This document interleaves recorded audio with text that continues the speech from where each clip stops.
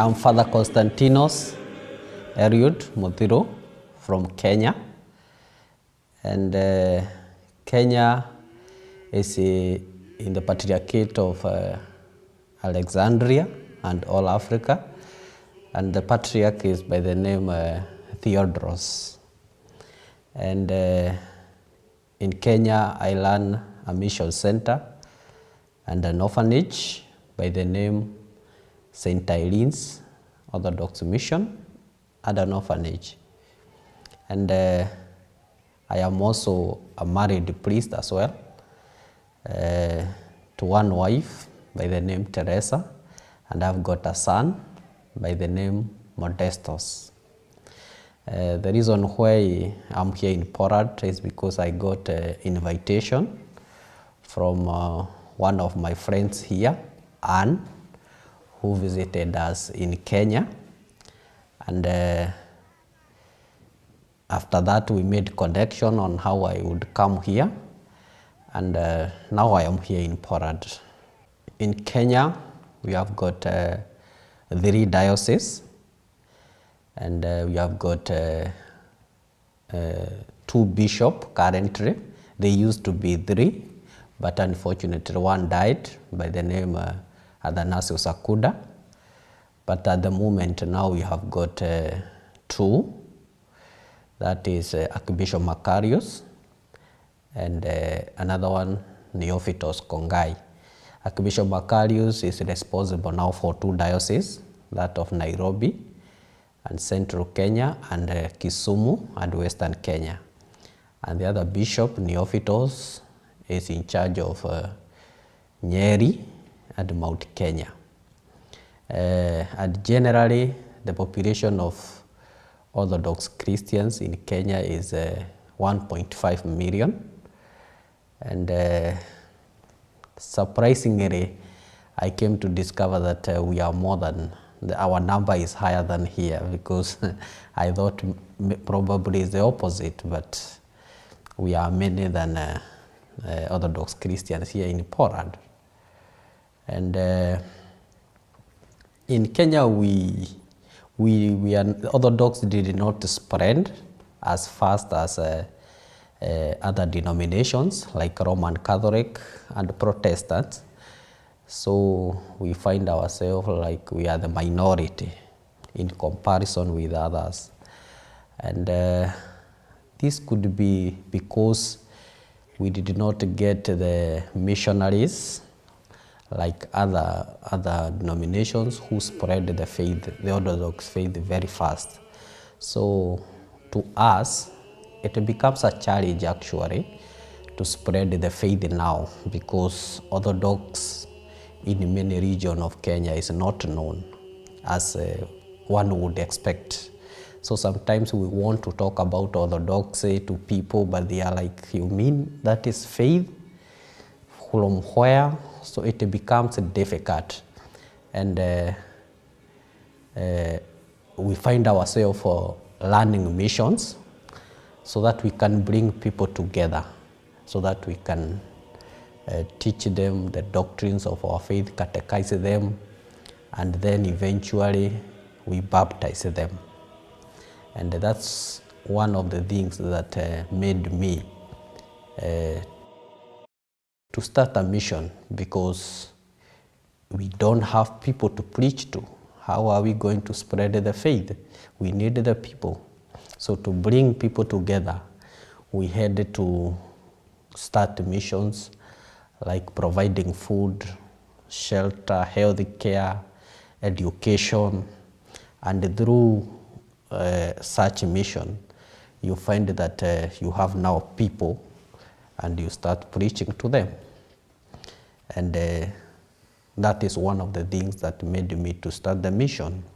And then the other thing that maybe drove me to the mission is because of my background. I was brought up in a very poor family, very poor background, and I was educated by the church. And since when I was young until I became a priest. And then I was like, which reward can I give to God? Because it's like a miracle that I am educated and our family is not good, is not well up. And I said, okay, God, tell me what I can do. And then it was like I was listening to God, and He was like, do to others if you are able to help others also to achieve what you have achieved. And I told the bishop, let me have your blessings to start the mission. And then he gave the blessings, and I started feeding kids who are needy from streets, from poor single mothers, and from poor background as well. And as we speak now, I feed 200, I provide needs to 200 kids in the orphanage. I provide them with food, shelter, education, and clothes, and mostly education, because we believe if I was not educated, maybe I could not be where I am, I could not be a priest. So I believe that education is the key to life. So when we provide them with education, eventually they will get good jobs, they will be professionals, and they won't beg. They will be dependent, and probably if they have in excess, they might come back and give back to the church by educating those who will be there, or helping the needy who will be there in the orphanage. So that is my idea, that is my goal. And also we could start projects with them, because now they will have good jobs, good money. We could start like clinics, and then we have projects for the church that would generate money for the Church of Kenya to grow. And to add on that, when my sister visited us there, she found that we did not have a church actually, where in that orphanage we don't have a church. So we pray in the classrooms, we move tables, chairs, and the like to have altar and a nave. And she felt touched, and she was like, Father, what can I do for you? How can we make this happen? And I said, maybe when you go back to your country, mobilize people, create awareness about our situation here. If they feel touched and donate towards the building the church, it will be very nice for us. And she was like, okay, let me go and try it out. And she came here, she talked with the people about it, and people here felt touched actually. And she said, when you come here, if all goes well, we shall try to collect some money to see whether we could build for you a church there. And actually that is what is going on now. I'm going to parishes, I'm meeting with the bishops, I'm meeting with parishioners, I'm meeting with the abbes and the nuns, monks, and I talk about the situation in Kenya, and they are giving from the bottom of their hearts. And I believe, and I'm sure that in the near future, we shall have a church in the St. Orthodox Mission and Orphanage through the support of Polish people. Actually, as human beings, we find ourselves like we want to satisfy our mind, soul, and body. So through my mission, when I talk of the church, I believe that it is the soul, because our soul needs that spiritual nourishment. That's why we are building the church, to satisfy that need in our hearts. And then on our mind, we need to be informed, to put something on our mind like education. We have to know many things. That's why I am learning like a school, providing education to the kids. And then the body, I am thinking of in the future we could have like a clinic, hospital. So because you want to preach to people, you cannot preach to them if they are sick. So you need, if somebody gets sick, where you take him, the body to be okay, so that it can bring the soul and the mind to the church. So that is the kind of mission I'm talking about. If we would have all these together, then that says that we shall take the faith to the next level in Kenya. The main challenge, as I said before, is in spreading the Orthodox faith because it's not known. It is a challenge because you have to come up with the techniques on how to have people and tell them that Orthodox is a true faith. And this one will only happen through mission. So for one, if I want to spread the faith, I should have money to feed people from the community so that they could come together and I preach to them. That is one of the challenges. If I don't have the money, then no one to preach for. And sometimes if I would get clothes, if I would get shelter, there are kids there in Kenya who do not have somewhere to sleep, or they sleep in very desperate places. So I take them, I shelter them, and then at night I catechize them, or I teach them the Orthodox faith, and then eventually I baptize them. So if I don't have these resources, if I don't have this money, then it's a big challenge. I cannot talk about the faith because you cannot preach to the air. You need to bring them, and for them to know that you are the church and you are a priest, because a priest is seen like you should give. You are a good person, so give something. So you cannot preach empty-handed. You need to have some money so that you can buy food, you can buy clothes, and then they come together, you provide. So that is one of the main challenges that we have. The other thing is that when I talk of the church, I should show them this is the church that we should enter here and we pray from here.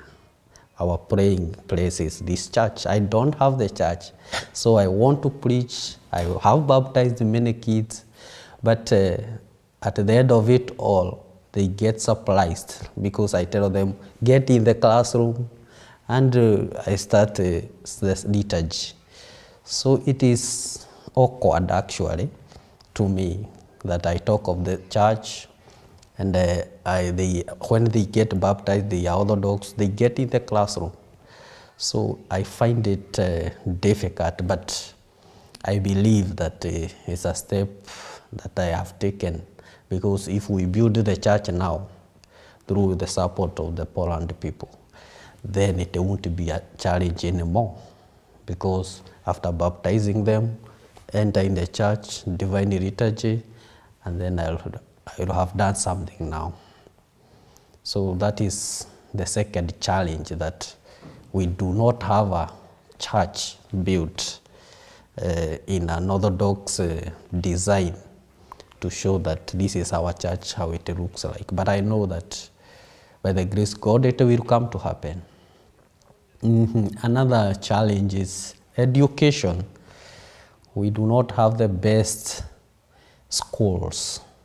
We do not have the best schools in Kenya. That means we do not have enough resources like stationaries, trained teachers, because good classrooms, they are just semi-permanent things. Sometimes untrained teachers, sometimes volunteers. So we don't give the quality that would make someone professional in the future and come back and teach maybe, or get a good job and give back to the church. So I believe that maybe in the future we build a good school, good dormitory and everything, and it won't be challenging anymore. And sometimes when we are preaching, people get sick here and there. We do not refer them to our Orthodox clinics or hospitals. It's another challenge. But if it was there, then I don't mind as a priest. Oh, he is sick, take the ambulance, Orthodox ambulance, go to our hospital, come back. It would be okay. So those are some of my dreams, that when we build a church, there are so many other things that I want to do, at least to be in a position to bring people close to the faith and offer them the services. What I would want to say about Poland, it's my first time to come here, and I pass my gratitudes from the hierarchs, the metropolitans, the bishops, and even to my host Anne, because I was well received actually, and even when I'm here now, before I go back, I am sure that I'll be well taken care of as it has been like before.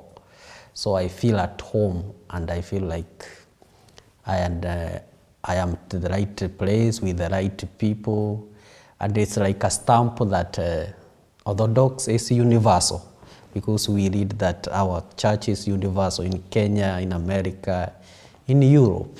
So I have seen that love of Orthodoxy. And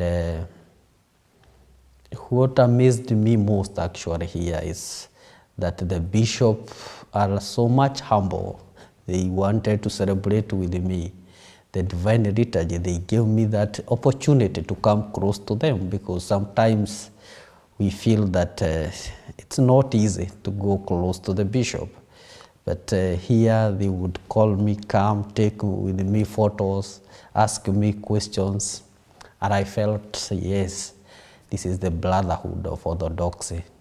And I will borrow something from here. When I go, I try to teach people and give a good report of how even we should receive people actually who come to visit us, because I've seen it so kind, so compassionate, and generous people have done it the way it should be done. So it was also surprising to see people on the line going to kiss the icon of the Mother of God, and they would not overlap others.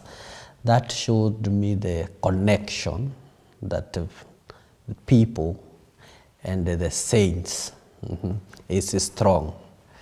Because in Africa, maybe someone would get tired and just quit from the queue, or would say, you are taking too long, let me overlap so that I can go.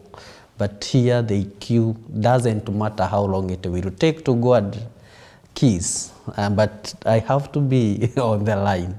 That was so touching to me, and I understood that how precious the icon is actually. And I go in Kenya, try to tell people this so that I see whether they would understand the essence of the Holy Fathers or the saints. Thank you.